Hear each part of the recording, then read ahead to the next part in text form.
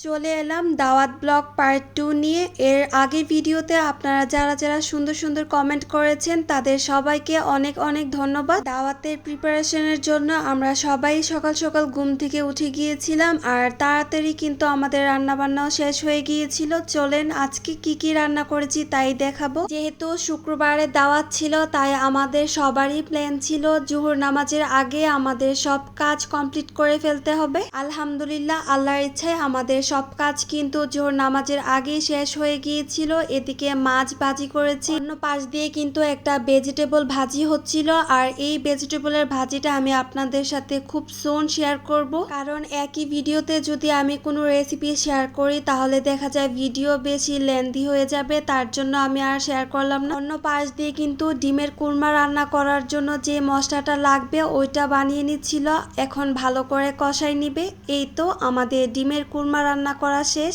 আপনারা কিন্তু অবশ্যই কমেন্ট করে জানিয়ে যাবেন কেমন হয়েছে। কুরমা রান্না শেষ হয়ে গেলে এখন কিন্তু মাছ রান্না করব, আর এটা হচ্ছে গিয়ে রুই মাছ। এখানে রান্না করা প্রায় শেষ, এটার মধ্যে জাস্ট কাঁচামরিচ আর ধনে পাতা দিয়ে নামিয়ে নিবে। আমাদের ইচ্ছে ছিল রুই মাছটা অন্যরকম ভাবে ভেজে দেওয়ার, কিন্তু সময়ের কারণে আর হয়নি। যাই হোক, এটাও কিন্তু খেতে খারাপ হয়নি। আমার আপুর হাতের দু পেঁয়াজও কিন্তু খুবই মজা হয়। আস্তে আস্তে কিন্তু সবকিছুই রান্না হয়ে যাচ্ছে। আর কিছু খাবার রয়েছে, যেমন এর মধ্যে ছিল লাউ, আর লাউয়ের যে ভিডিওটা দেখতেছেন এটা আমার বোন করছে, কারণ আমি অন্য কাজে একটু বিজি ছিলাম, তাই হয়তো বা ক্যামেরাটা একটু নড়তেছে, কিন্তু ওভারঅল বোঝা যাচ্ছে যে এটা লাউই। যাই হোক, আমরা যারা ভিডিও করি রান্নার সময় এক হাত দিয়ে ক্যামেরা ধরে রাখা, তারপর হচ্ছে আরেক হাত দিয়ে রান্না করা কিন্তু খুবই টাফ।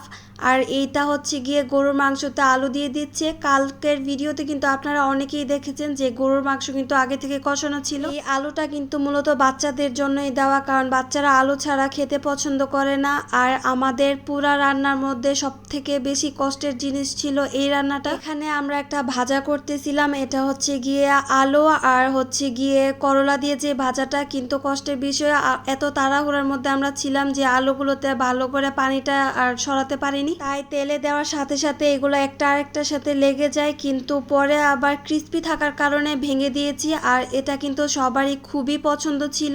সরি, পছন্দ হয়েছে। আমরা ভেবেছিলাম হয়তো বা একটু সগি সগি ছিল, এজন্য খেতে মজা লাগবে না, কিন্তু সবাই বলতেছে পোলাওর সাথে এটা খেতে কিন্তু খুবই মজা হয়েছে। আমাদের রোস্ট রান্না করাও কিন্তু শেষ। রোস্ট এত তাড়াতাড়ি হওয়ার কারণ আমরা কালকে রাতে এগুলো ভেজে রাখছি, আর এদিকে পোলাও রান্না হচ্ছিল। পোলাও কিন্তু রান্না করা শেষ, বেরেস্তা দিয়ে দিয়েছি। বেরেস্তা দেওয়ার কারণে কিন্তু পোলাওটা দেখতে যেমন সুন্দর হয়েছে, খেতেও কিন্তু খুব মজা। আর এটাতে কিন্তু বেশি করে ঘি দেওয়া হয়েছিল। সবকিছু রান্না করা শেষ, এখন কাবাব বেজে নিব। আর কাবাবের ভিডিও কিন্তু আমি অলরেডি দিয়েছি, আর আপনারা কিন্তু অনেক পছন্দ করেছিলেন সবাই। এখানে কিন্তু আরো কয়েকটা রান্না মিসিং হয়ে গিয়েছে, কারণ এত বিজি ছিলাম সবকিছুর ভিডিও নেওয়া হয় নাই। যেমন আরো একটা শুটকি তরকারি রান্না করা হয়েছিল, নুনা ইলিশ আর কি, তার সাথে কিন্তু আবার মাসকলার ডালও রান্না করা হয়েছে। এই দুইটার ভিডিও নিতে আমি ভুলে গিয়েছিলাম। যাই হোক, আপনারা লং ভিডিওতে নিশ্চয়ই দেখে ফেলেছেন। ভিডিওটা আর লং করতে চাচ্ছি না। আশা করছি আপনারা সবার ভিডিওটা ভালো লেগেছে। যদি ভালো লেগে থাকে অবশ্যই একটা লাইক, কমেন্ট আর শেয়ার করে যাবেন। আর নতুনরা যারা যারা আছেন ভিডিওটা দেখে অবশ্যই আমার পেজটিকে একটি ফলো দিয়ে যাবেন, যাতে আপনার নিজের পেজেরও রিচ এনগেজমেন্ট বাড়ে।